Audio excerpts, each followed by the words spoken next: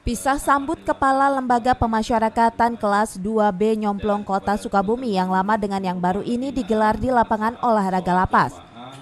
Acara serah terima jabatan ini disaksikan langsung oleh Wali Kota dan Wakil Wali Kota Sukabumi beserta jajaran struktur Lapas kelas 2B Nyomplong.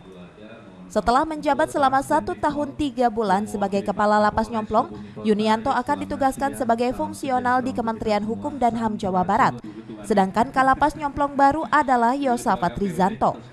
Dalam sambutannya, Yunianto berpesan kepada seluruh warga binaan Lapas Nyomplong agar senantiasa bekerja sama untuk mengikuti berbagai kegiatan pembinaan dan keagamaan secara ikhlas dalam menjalankan masa hukuman.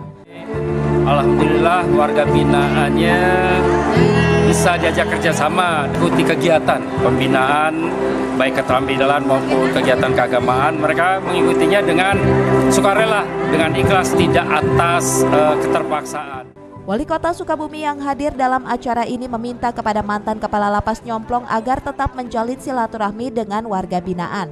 Ya, untuk yang baru Pak Yus tadi saya sampaikan, mari sama-sama kita memberikan pelayanan terbaik, kita melakukan sebuah proses reformasi birokrasi, sekaligus kita betul-betul menjaminkan keamanan dan kenyamanan bagi warga binaan. Sementara itu, Yosafat Rizanto yang baru menduduki jabatannya sebagai Kepala Lapas Nyomplong berjanji akan melanjutkan tugas yang diembankan serta melaksanakan tugas sesuai instruksi kantor wilayah Kementerian Hukum dan HAM wilayah Jawa Barat. Apa yang diperintahkan oleh Pak Kantor Wilayah agar mencanangkan WBK di semua lapas, khususnya lapas Sukabumi. Mudah-mudahan dapat dukungan dari instansi terkait dan para warga binaan dan juga pejabat-pejabat setelah bertugas di sini. Dari Kota Sukabumi, Iqbal Bakar melaporkan.